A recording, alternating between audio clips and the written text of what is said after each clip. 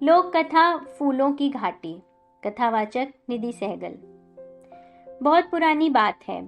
हिमालय पर्वत की घाटी में एक ऋषि रहते थे। वे गोरे चिट्टे थे। उनकी श्वेत धवल दाढ़ी थी और कंद मूल फल खाते थे। अपना अधिक समय वे तपस्या में व्यतीत करते थे। कभी कभी बर्फ से ढके पहाड़ों के बीच अकेले वे उदास हो जाते। उदासी तोड़ने के लिए अक्सर वह जोर से बोलने लगते। उन्हीं की आवाज ऊंचे पर्वतों से टकराकर लौट आती थी। दूर दूर तक नजर दौड़ाकर वो कुछ खोजने लगते।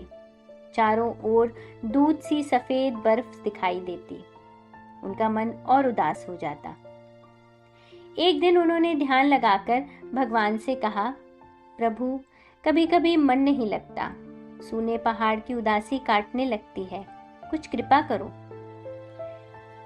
ऋषि अभी ध्यानमग्न ही थे, तभी उन्हें छम छम करती पायल की झनकार सुनाई दी। उन्होंने आंखें खोली। देखा, हिम सी एक बालिका श्वेत वस्त्रों में सजी सामने खड़ी थी। मंत्रमुग्ध ऋषि ने दौड़कर बच्ची को गोद में उठा लिया। उनका हृदय पुलकित हो उठा। खुशी से उनकी आंखों में आंसू बहने लगे। ऋषि के आंसू बहते देख बच्ची मीठी वाणी में बोली, बाबा, रोते क्यों हो? मैं रो नहीं रहा हूँ, ये खुशी के आंसू है मेरी बच्ची। बताओ, तुम कहाँ से आई हो? तुम्हारा नाम क्या है? तुम किसकी बेटी हो? ऋषि ने पूछा। बच्ची बोली, मैं नीचे की घाटियों से आई हूँ। मेरी माँ ने मुझे तुम्हारे पास भेजा है। मेरी माँ का नाम प्रकृति है। मेरा नाम है सुषमा। तुम कब तक रहोगी मेरे पास? मुझे लगता है अब एक बार तुम्हें पा लिया तो मैं एक क्षण भी तुम्हारे बिना ना रह सकूंगा। अब तुम मुझे छोड़कर कभी मत जाना। कहते हुए वृद्ध ऋषि विभोर हो गए। मैं तुम्हारे पास ही रहूंगी बाबा। मेरी माँ ने कहा है, उदास ऋषि के चारों तरफ खुशी बिखेर देना, ताकि कभी किसी को भी भविष्य में हिमालय में उदासी ना घेरे। मैं कभी भी तुम्हें छोड़कर नहीं जाऊंगी। आज से तुम मेरे बाबा हो। ये हिमालय मेरा घर है, बच्ची ने कहा। ऋषि प्रसन्न थे। वे बच्ची का हाथ थामे बर्फानी पर्वतों पर घूमते, कभी उसे गोद में लिए मीलों चलते। दोनों प्रसन्न थे। अक्सर ऋषि बालिका को कथा सुनाते। एक दिन ऋषि ने बालिका को हंसने वाली मनोरंजक कथा सुनाई तो वह खिलखिलाकर हंस दी। जब वह खिलखिलाकर हंस रही थी तो ऋषि उसकी तरफ देख रहे थे। बच्ची की हंसी के साथ रंग बिरंगे सुंदर फूल झर रहे थे। वह मंद हवा के साथ दूर दूर तक फैलते जा रहे थे। थोड़ी देर में बच्ची ने हंसना बंद कर दिया। तब तक दूर दूर तक फूल ही फूल धरती पर उगाए थे। ऋषि ने दूर तक देखा और मुस्कुराकर कहा, यही है फूलों की घाटी, इस धरती का स्वर्ग। फूलों के सौंदर्य में डूबे ऋषि बालिका के साथ घूमते रहे। एक दिन उनकी उंगली पकड़े बालिका ठुमक ठुमक कर चल रही थी। तभी एकाएक उसका पैर फिसला और उसे चोट आ गई।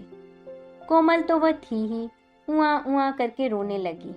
बड़ी बड़ी आंखों से मोती के आंसू ढुलक ढुलक कर धरती पर गिरने लगे। ऋषि ने उसे संभाला, चोट को सहलाया। बच्ची चुप हुई तो ऋषि ने देखा कि जहां जहां आंसू की बूंदें गिरी थीं, वहां जल धाराएं बह रही थीं, निर्झर झर रहे थे। ऋषि जैसे तृप्त हो गए उस दृश्य को देखकर।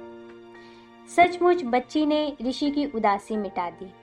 मुदित मन से ऋषि उसे लिए ऊंची चोटियों पर यहाँ से वहां जाते।